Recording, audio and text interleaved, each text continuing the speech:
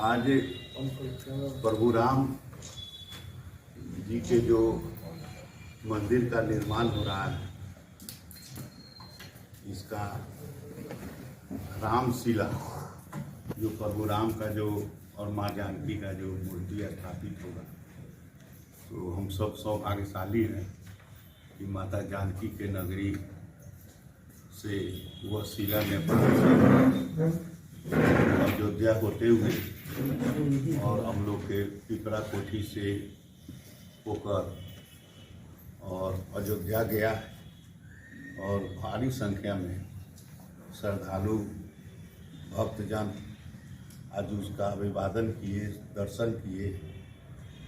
इसके लिए प्रभु राम और माता जानकी के चरणों में श्रद्धा सुमन अर्पित करते हैं कि हम लोग को ये अवसर प्रदान हुआ।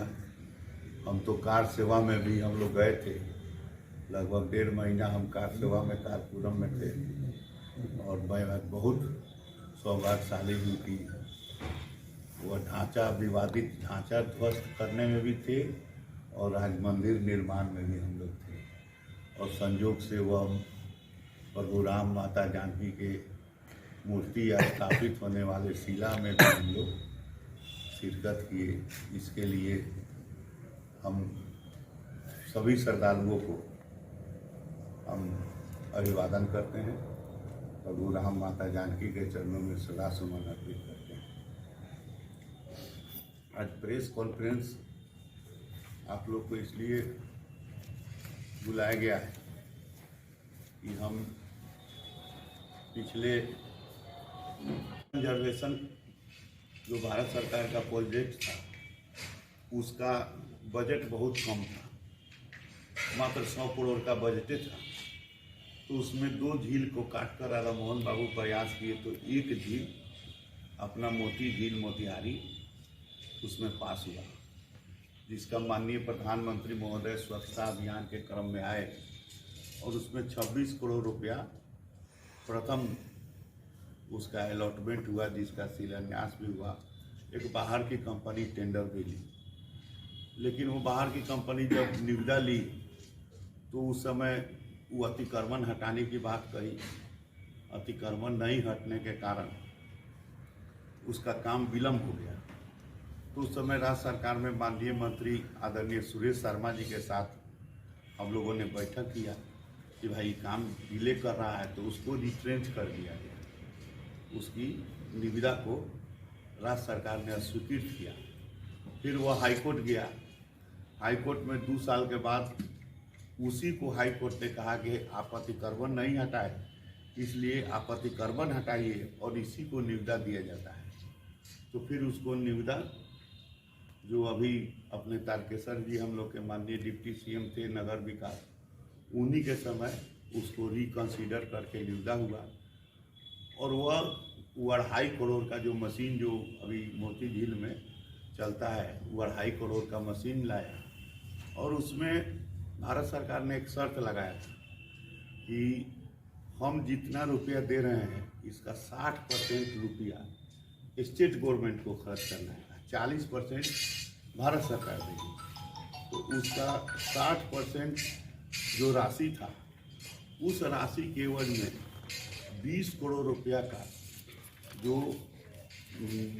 रोइंग क्लब से एक रोड पास हुआ, जिसमें जिलाधिकारी ने उसका अतिक्रमण साफ कराया और वह रोड पास हुआ, लेकिन राज्य योजना से। लेकिन उसमें राज्य सरकार के पास फंड नहीं था, जिसके कारण उसका यही नहीं हुआ।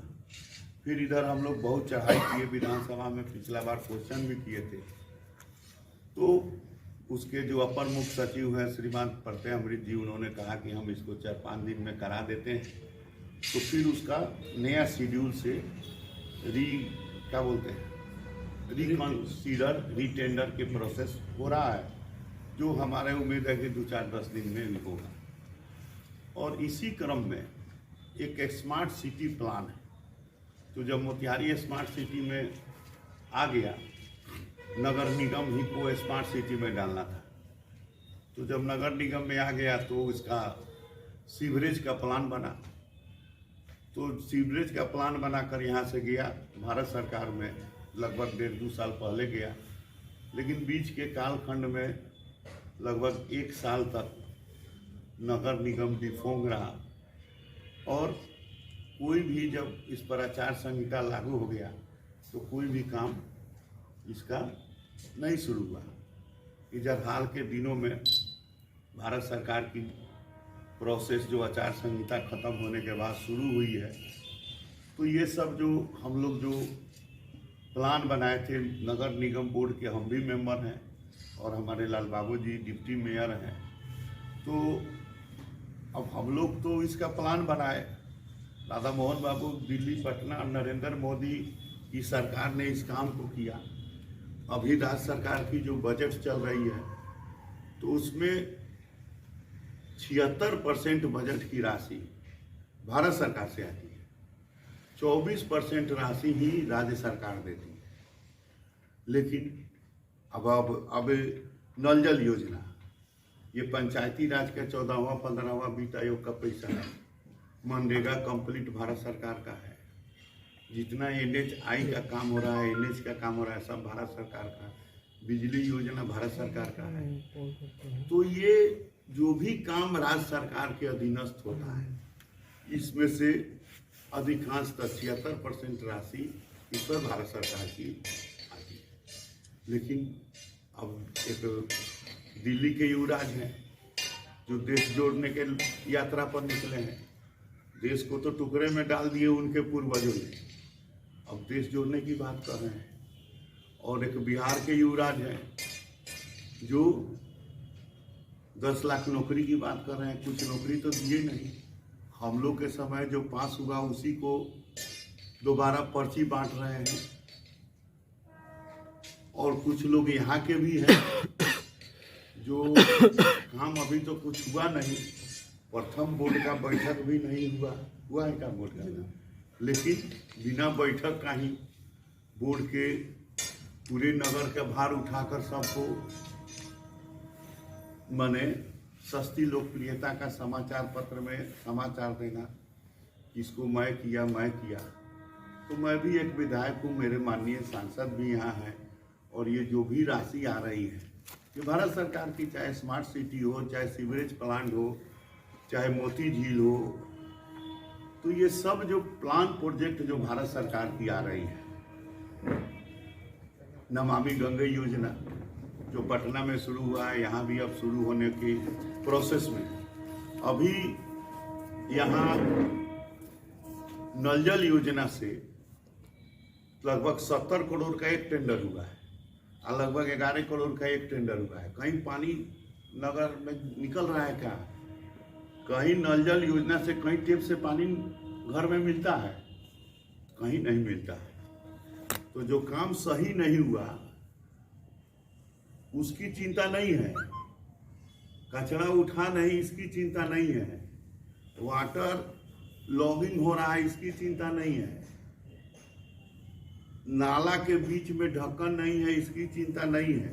लेकिन हम लोगों ने इसकी चिंता की है। अभी अपना मोतिहारी शहर आपको उत्तर बिहार का सबसे बढ़िया शहर है, कहीं भी तो अभी और काम भी इसका जो लंबित है उसको करना है, और अपने माननीय प्रधानमंत्री महोदय के सानिध्य में नमामि गंगे योजना से भी जो लंबित प्रोजेक्ट है, सब काम होना है।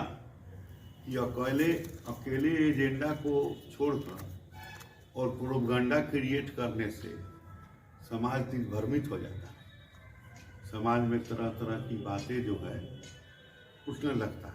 तो आपके माध्यम से ये शिलान्यास कोई करता है, योजना कोई बनाता है और उद्घाटन कोई करता है, तो ऐसा नहीं कि योजना बनाने वाला शून्य हो गया और शिलान्यास करने वाला प्रधान हो गया और उद्घाटन करने वाला सुपर फाइन हो गया। तो जाति गणना है, तो हम कैबिनेट के मेंबर थे, हम लोग विधानसभा में सर्वसम्मति से जाति गणना का समर्थन किए।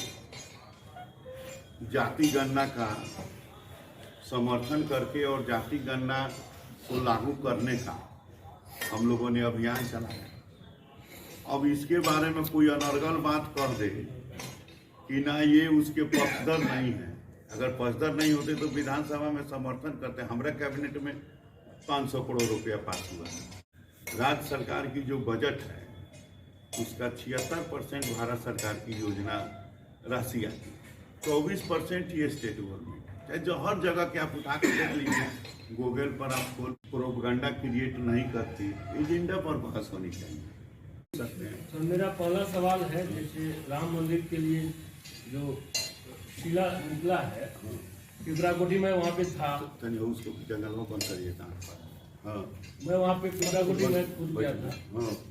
क्या आप मानते हैं कि अगर भारतीय जनता पार्टी की सरकार नहीं आई होती तो मंदिर का निर्माण, राम मंदिर का निर्माण अयोध्या में नहीं होता? स्वाभाविक बात है, भारतीय जनता पार्टी की सरकार नहीं बनी तो धारा 370 समाप्त नहीं होती। भारतीय जनता पार्टी की सरकार नहीं बनती तो अटल बिहारी वाजपेयी परमाणु संपन्न भारत नहीं बना पाते।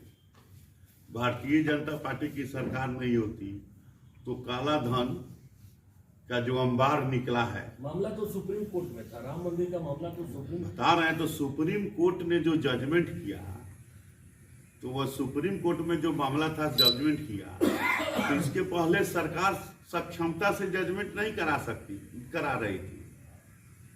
कांग्रेस की सरकार थी, पीवी नरसिम्हा राव की सरकार थी, राजीव गांधी की सरकार थी, ताला तो खुलवा दिया,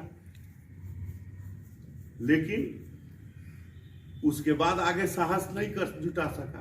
500 बरस का जो हमारे हिंदुओं ने कुर्बानी दी, विभिन्न धर्मों की समुदाय के लोगों ने जो कुर्बानी दी, कितने सिख संगत ने कुर्बानी दी, तो जो सुप्रीम कोर्ट में मामला था, हम तो ये सुप्रीम कोर्ट को एक तिथि निर्धारित करके स्पीडली ट्रायल, तो स्पीडली ट्रायल हो गया, जजमेंट हो गया, सरकार उसको निष्पादित कर दी।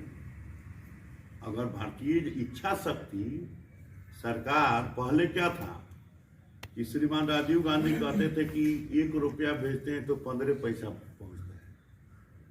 आज नरेंद्र मोदी 1 रुपया भेजता है तो डीबीटी के माध्यम से 1 रुपया सबके खाता में पहुंचता है। ये इच्छा शक्ति हुई। जातिगत जनगणना से बिहार के लोगों को क्या फायदा होने वाला है? देखिए, जातीय जनगणना से जो है, अभी तो अभी तो घर का गणना हो रहा है, वही प्रक्रिया, पहले बात समझिए, इसके बाद जातीय जनगणना होगा। तो जातीय जनगणना से बिहार को फायदा क्या होगा, नुकसान क्या होगा, ये बात का विषय है। कम से कम बिहार के सब जाति के लोग बुझते जाएगा कि हम इतना इतना जाति हैं। ये तो बिहार के लोग के अवेयरनेस हो जाएगा कि हाँ, हमर संख्या इतना है, हमर संख्या इतना है, हमर संख्या इतना है। फिर वही में से रोटी काटेगा, बांटेगा, छाटेगा। क्या समझे? तो हम लोग अगर राज्य की सरकार में हम लोग थे, राज्य की सरकार ने ये तय किए माननीय मुख्यमंत्री जी कि ना, एक बार हमने सब कोई के संख्या था लग जाओ, तो एक बार अंग्रेज कराया था बहुत दिन पहले, 1931 में अंग्रेज कराया था। उसके बाद से कहीं नहीं हुआ था, तो माननीय मुख्यमंत्री जी को एहसास हुआ, हम लोग उनके समर्थन में थे। हम लोगों ने कहा कि ठीक है, ये भी काम हो जाए, कि सब भाई समझ जाए कि हमने के कितना भाई